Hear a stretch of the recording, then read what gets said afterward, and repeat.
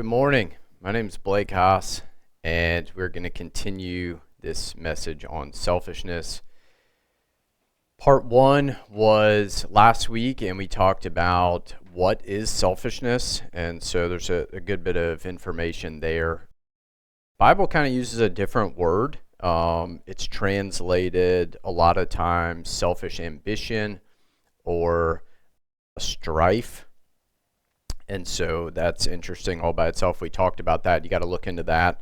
There is a word in the Bible. I found it one time, and that's more aligned with our definition of self.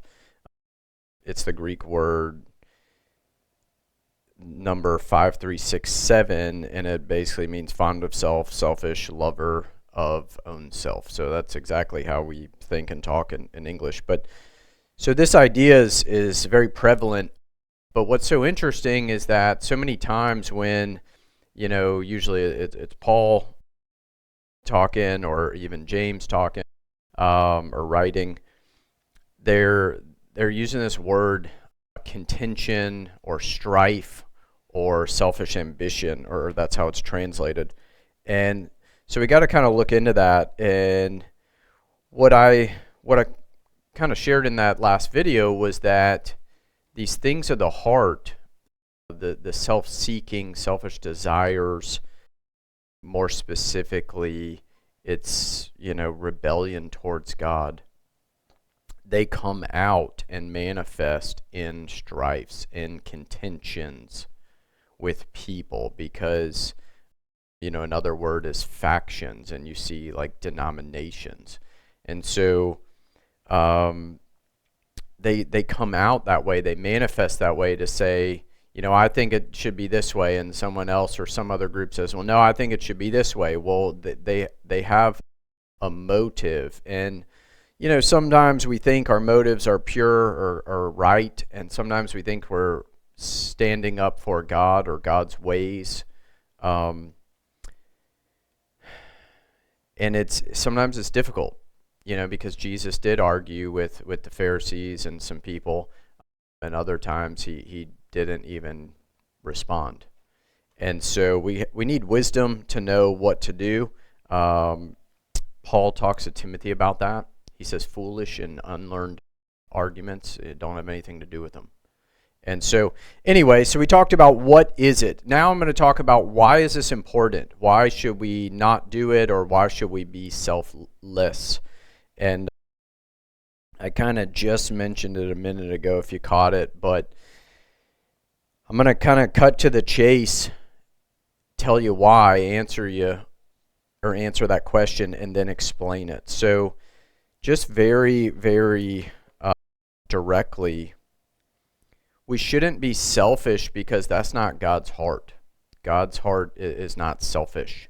He's not thinking about himself. He's thinking about us. He's thinking about good. He's thinking about love. He is not only thinking about it, but he's acting upon it. And so if we are going to think about ourselves, our will, our benefit, our well-being, then we are not having the same mindset as God. And so right away it just puts us in opposition to God. And so why is it important? Because we want to have the same heart and same mind and same actions as God. One of the main verses that I've been is kind of supporting and interwoven through all these teachings is love God and love your neighbor as yourself. And so anyway, we want to love God, and we can't do that if we're in opposition to him. That's not loving towards him. And what you see in all these contexts of these scriptures, I'm going to share a lot of them, is that when people are thinking of themselves and they're not like-minded to God, they are in confrontation with others. So this is a way that Satan uses, and it's a lot of times through deception. People don't know that this is what they're doing. Sometimes people do, but it's a way to deceive, to get someone at odds with God and with people all in one. And it's a big problem. And so if you have a problem with people, you have a problem with God. And if you have a problem with God, you're going to have a problem with people, because he says love people. That's not our natural way to do things. So anyway, that's a little bit of the kind of why. Here I'm going to give some scriptures. John 15:12 through 14 says, "This is my commandment, that you love one another as I have loved you. Greater love has no man than this, that a man lay down his life for his friends. You are my friends if you do whatsoever I command you." So Jesus says, this is my commandment, that you love one another as I have loved you. As I have loved you, just like I loved you. Did Jesus sit here and say, well, I don't want to go over there. It's a long way to go and heal this woman. And, it's just one woman. And, that's a land of the Gentiles. And we don't want to go there. They're kind of gross and they do weird things. And did he say all that? Or did he take this long journey and go somewhere that the Lord was leading him to go for one person? And did he lay down his life? And he did that many times. I mean, he crossed over the sea for the guy who had so many demons. They said we are legion. So he crossed over that sea, and then he healed that guy, one guy, and then they kicked him out of the town. They said, this is not good. Please leave. And there's so many examples where Jesus is not thinking about himself. He is thinking about what does God want me to do? And he says that very clearly. He says, I don't do my own will. I came to do the will of the one who sent me. And I only say what I hear him say, and I only do what I see him do. And so he lays out this lifestyle, and he's very consistent, where he doesn't have a good day and then a couple bad days, or a few good days and then a bad day.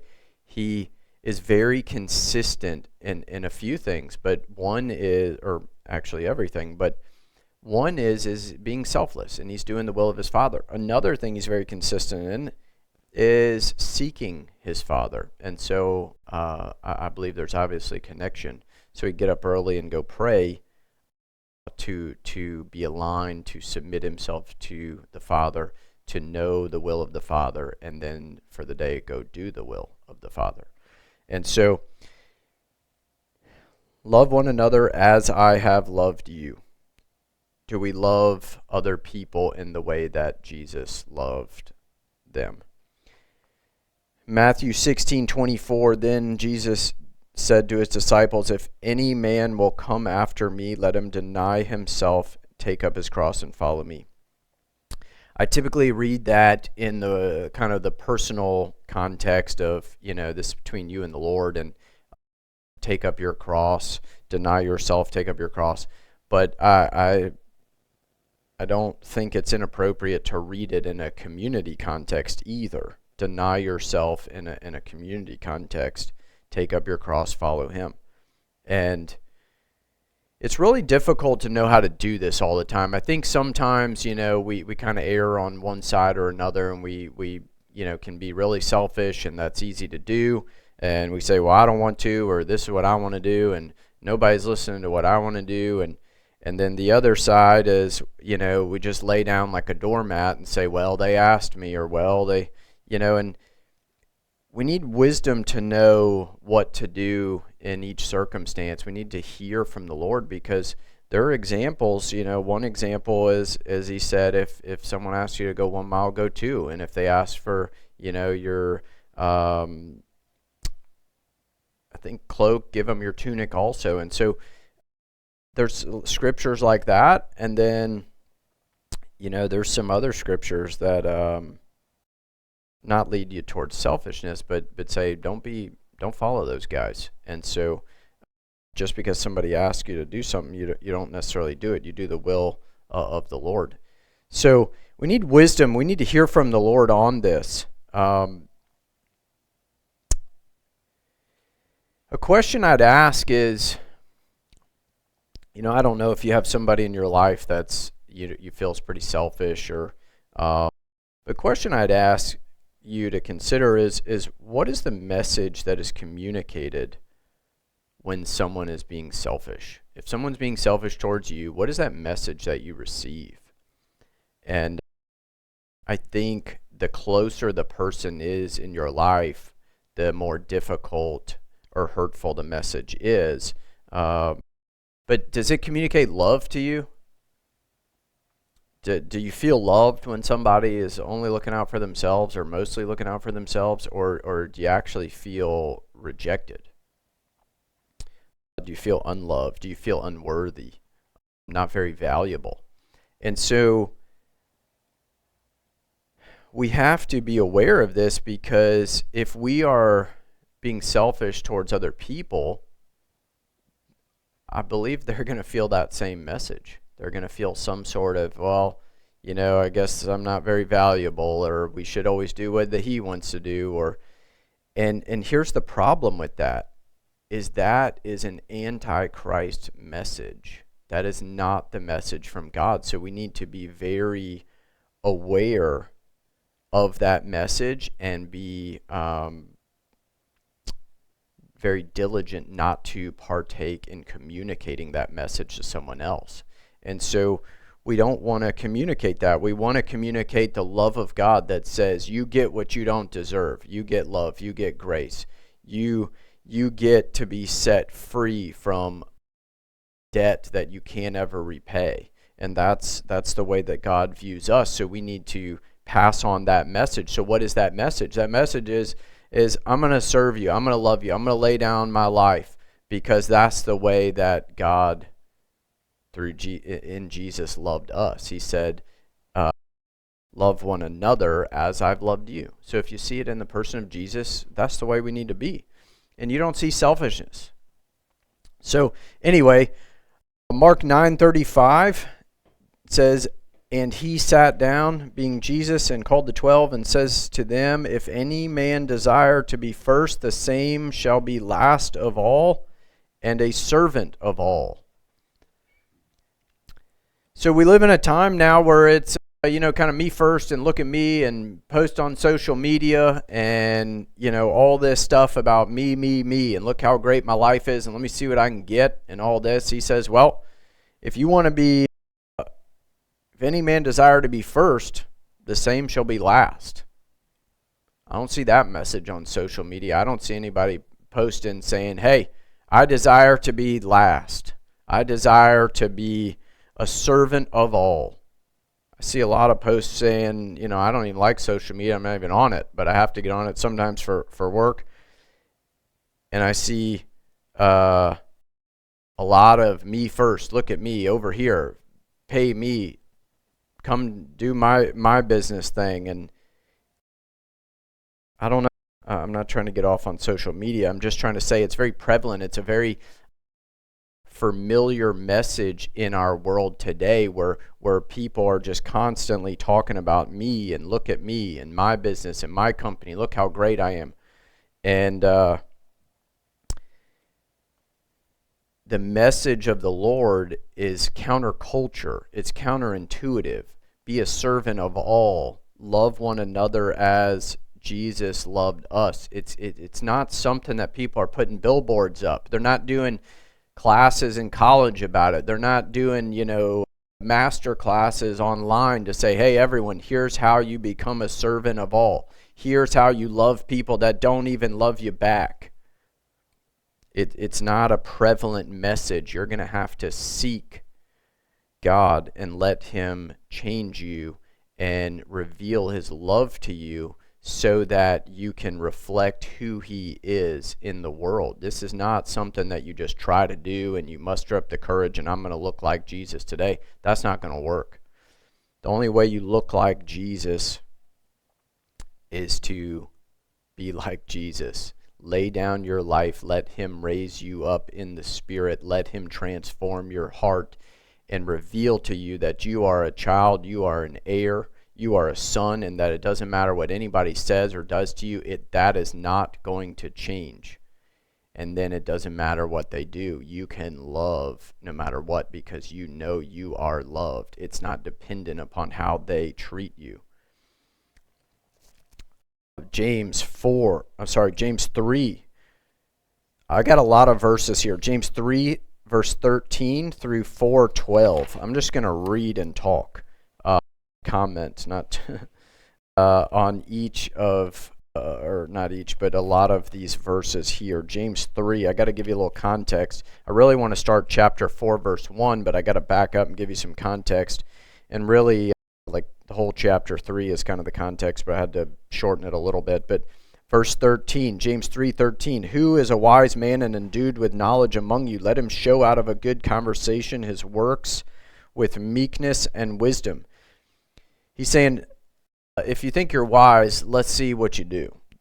But if you have bitter envying and strife in your hearts, glory not and lie not against the truth. That word strife in verse 14, that's the word, one of the main words we've been using here, talking about selfish ambition, strife, contentions. That's the word that we're really wanting to focus on and say, don't be like this. Verse 14 again.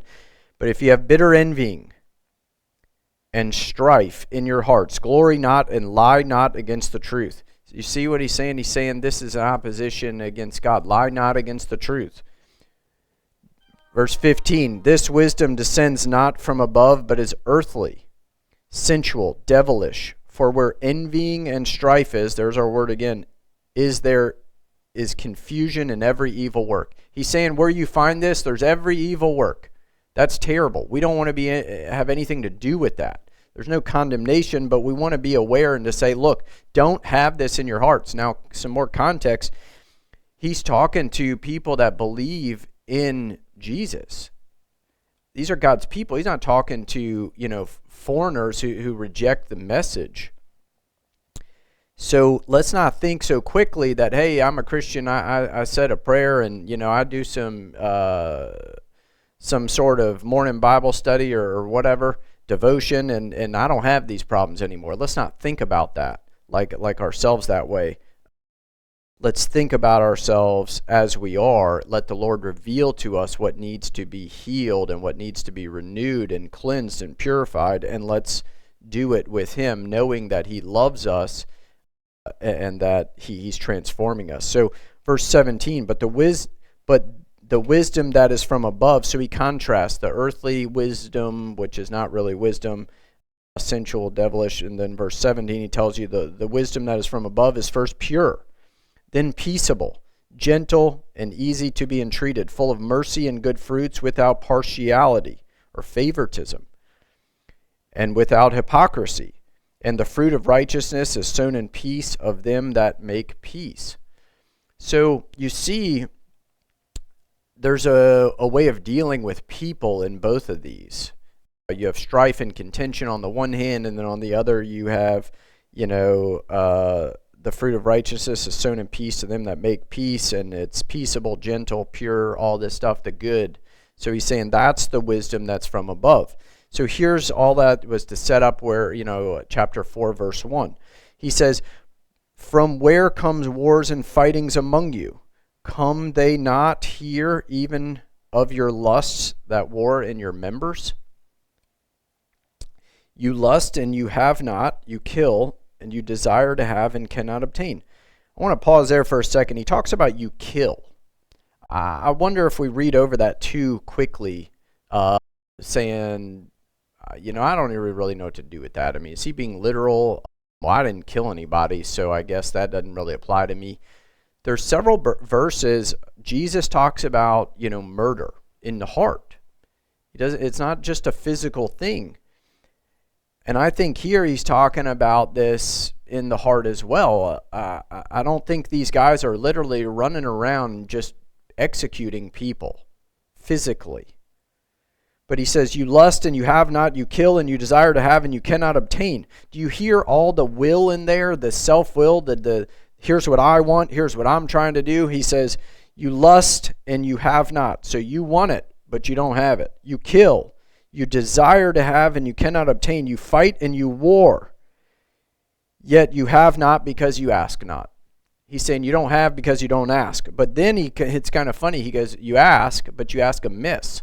So he's saying you do ask, but you're asking for the wrong things. You ask and you receive not because you ask amiss, that you may consume it upon your lust. He's saying, you're asking God to give you things that you're going to use for your own good and consume it on your lust. And he's saying, God's not giving you that.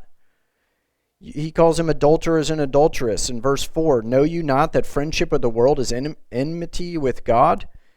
Whosoever therefore will be a friend of the world is an enemy of God. We got to be careful now, because we live in a time where there's a loud message of go get and fit in with the world and don't stand for what's right or you're going to get persecuted. And there's a lot of force trying to get us to converge and merge with the world and the world's message. And he says, friendship with the world is enmity with God. You're with God. Don't do that. And that's what I said at the beginning. See, this selfishness, selfish ambition puts you at odds with God. It's conflict, confrontation with his will, with his mind, his desires. Don't do that. Verse 5, do you think that the scripture says in vain, the spirit that dwells in us lusts to envy? But he gives more grace. So he's telling you the problem, the spirit within us lusts to envy. But then he says in verse 6, there's a remedy here. But God gives more grace. Wherefore he says, God resists the proud, but gives grace to the humble. So we cannot be proud. We cannot say, well, I don't deal with that. And no. We have to be humble. And this is such a great set of few verses here. I love these verses. I think it's a prescription for victory and success in the Lord and with spiritual things. But he says, but he gives more grace, wherefore he gives, God says he resists the proud, but gives grace to the humble. Verse 7, submit yourselves therefore, because God gives more grace. And he resists the proud, but he gives grace to the humble. Because of that, submit yourselves to God. So you can submit yourselves to God because he gives you grace. And if you don't submit, he's going to resist you. And then verse 7, he says, resist the devil and he will flee from you. Draw near to God and he will draw near to you. Cleanse your hands, you sinners, and purify your hearts, you double-minded. Double-minded. That means in one hand they agree with the Lord, and another they don't. This is not a total opposition. This is not I flat out reject this. There's a partial agreement and a partial disagreement. And so we got to be wary of that. But I want to go over that again.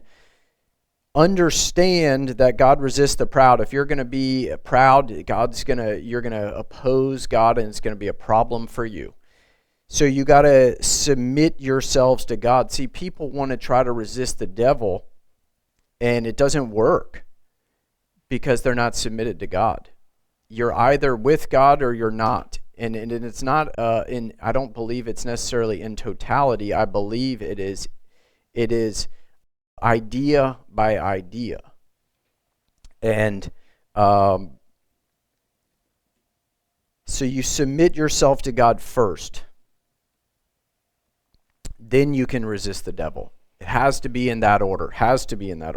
Once you do that, he, meaning the devil, will flee from you. And it's a beautiful thing. And it's a situation where we can give God praise because his victory on the cross, all authority has been given to Jesus. And when we stand with him, and we submit to him and his will, whatever he says, deny ourselves, whatever he says, then we resist the devil and he will flee. Just like the devil fled from Jesus in the desert. He submitted to God and God's word, and the devil fled him. He left. So, anyway, I didn't quite get to everything. I got to kind of bring it to a close here. John 15:7-8 says, If you abide in me and my words abide in you, you shall ask anything that you will, and it shall be done to you. Herein is my Father glorified, that you bear much fruit, so shall you be my disciples. So right here in James, he said, you ask, but you you ask amiss. In John 15, he says, you abide in me, my words abide in you. You shall ask what you will, and it shall be done to you. So look at your prayer life. Look at what you're asking for and see what the Lord is doing. Jesus said, you ask, if you ask something, let's say it kind of more in our language. If you ask something that's going to hinder your relationship to God, do you think he's going to give it to you? That wouldn't be very loving. Jesus said this. He said, if you ask, he said, your children ask for bread, are you going to give them a stone? They ask for a fish, you're going to give them a steak? He said, even though you being evil know how to give gifts, how much more will your heavenly Father? In Matthew, he says, give good gifts. In Luke, he says, give the Holy Spirit, which is a gift. Anyway, a more specific example, if you ask something that will glorify you, do you think God's going to give it to you? Do you think he should?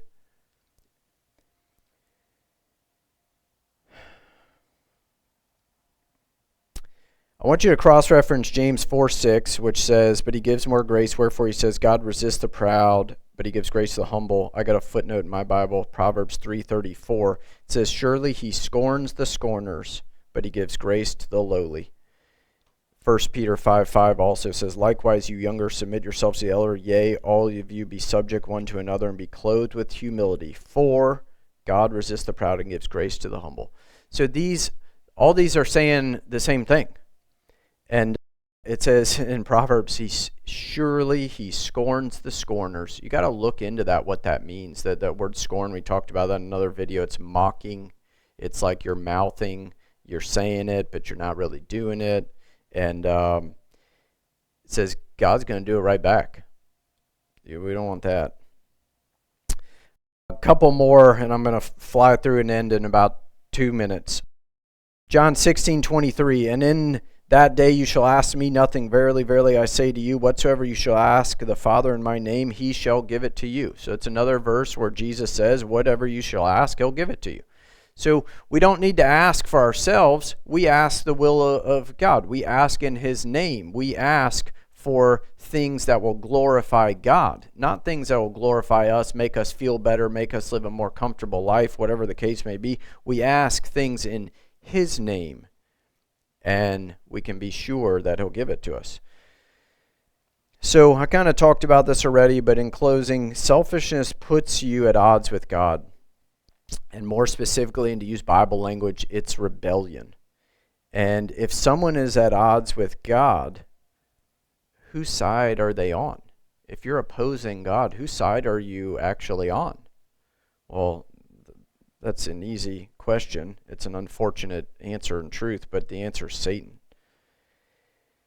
So that's why you don't want to be selfish, because it puts you at odds with God or in opposition with God or to God. It also sets others to be in opposition with God. That's what I said earlier. It's what's that message that somebody receives when someone's being selfish toward them? What they're receiving is, you're not loved, you're not worthy, I don't want to give you the time, I don't want to pay attention to you, whatever the case may be. Well, so that message puts them at odds with God. Now they have to fight a battle. When God says, I love you, they go, well, I don't really feel loved, and my dad or my mom or sister or whoever didn't communicate love to me, so that really affirmed the unloving, and so now they got a battle to fight. You're not loving them, and you're making their road all the more difficult to get to the Lord, because when that message from God comes to them, they got a hard time receiving it. Jesus said, if you cause one of these little ones who believes in me to stumble, it'd be better for a millstone to be tied around your neck and thrown into the sea.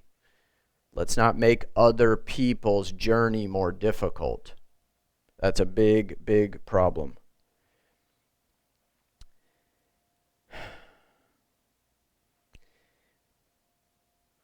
So what are the things that people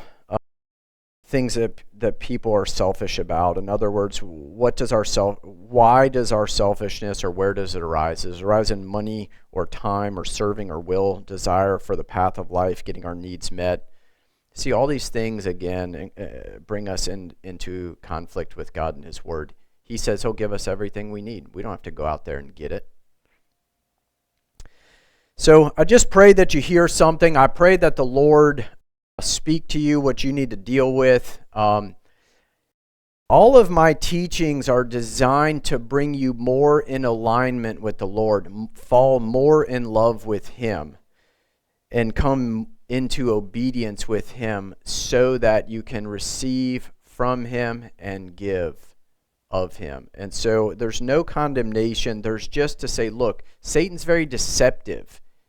If he came in through the front door, it'd be so much more easy to detect what he's doing, but he doesn't. He tricks. So what I'm doing is highlighting some of his schemes, and some of the New Testament writers talk about it. They say, let us not be ignorant of the devil's schemes. Don't be ignorant.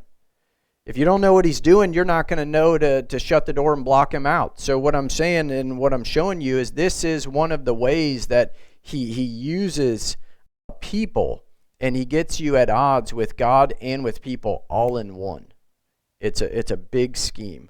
And at the end of the day, it boils down to not trusting God, not coming into agreement with God because there's some sort of unbelief and therefore rebellion. And so I'm trying to bring you back into alignment with the Lord. I pray that this message bless you, and I pray that you heard what you needed to hear. In Jesus' name, amen.